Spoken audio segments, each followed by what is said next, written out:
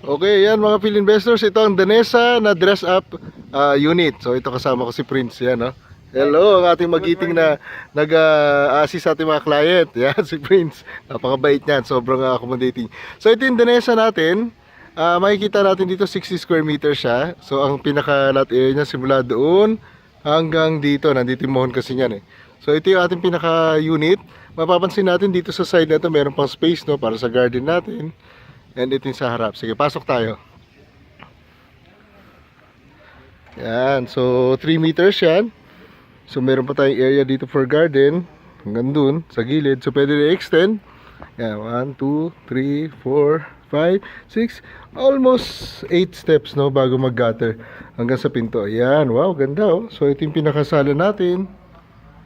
So, maganda rin pag may mga salamin, eh. Makikita natin mas luwag yung lugar. Tapos ito yung TV. So advisable flat TV sana, no? So ito yung dining, cute, no? Cute yung dining natin, no? So maglagay tayo ng mga shelves dyan. Pwede mo rin ilagay niyan para mga shelves, yung mga malalaking shelves dyan. Tapos itong kitchen area. Ito actually kasama na to.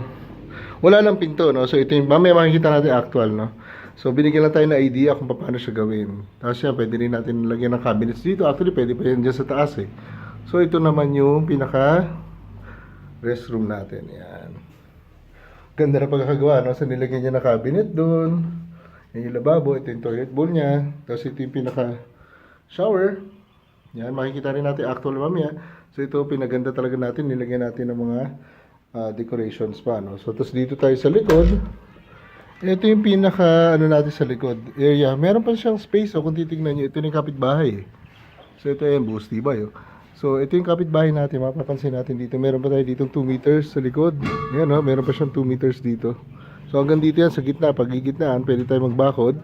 So, yun yung mga ongoing construction, no? So, hanggang dito siya. So, mula dun, hanggang dito.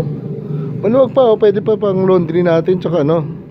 Sa ating mga dirty kitchen or service area natin. Hanggang dun. Diyan sa may mga steps na kasama pa yan sa ano natin.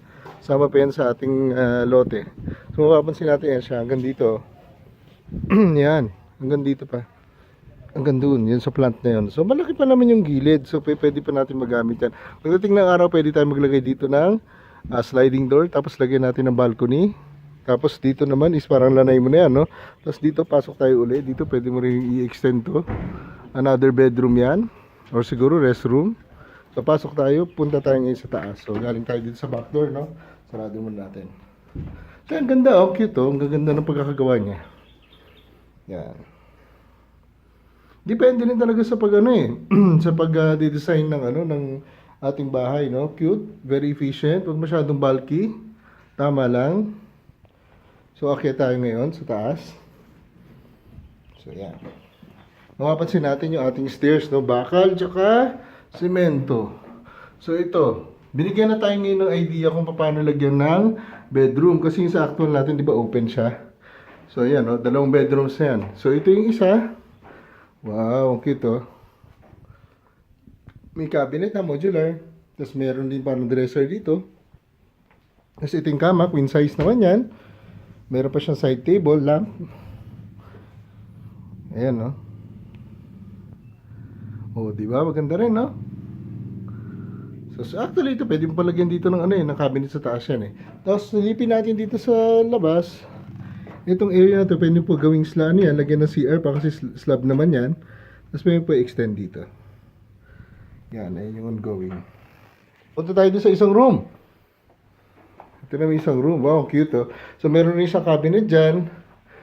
Ito siguro para sa anak na babae, no? Yan. So may single bed dyan. And meron din siya siyempre yung sariling side table niya, dresser niya. Ayan, very efficient, no? Tapos pwede pa lagyan nga ng cabinet to kung tutuusin. Ang ano lang naman dyan, ang tips lang naman dyan is ano, eh. Marami naman ngayon mga designs kasi na ano, very efficient. Ayan pa, pwede pa sa taas yan, no? Yet, maganda naman siya. Space saving.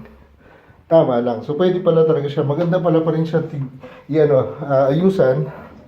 Lalong gumaganda. Very efficient yun. So yun ang ating model unit, dress up unit ng Danesa. Yan, lalabas tayo ulit. Mamaya puntahan natin yung actual unit.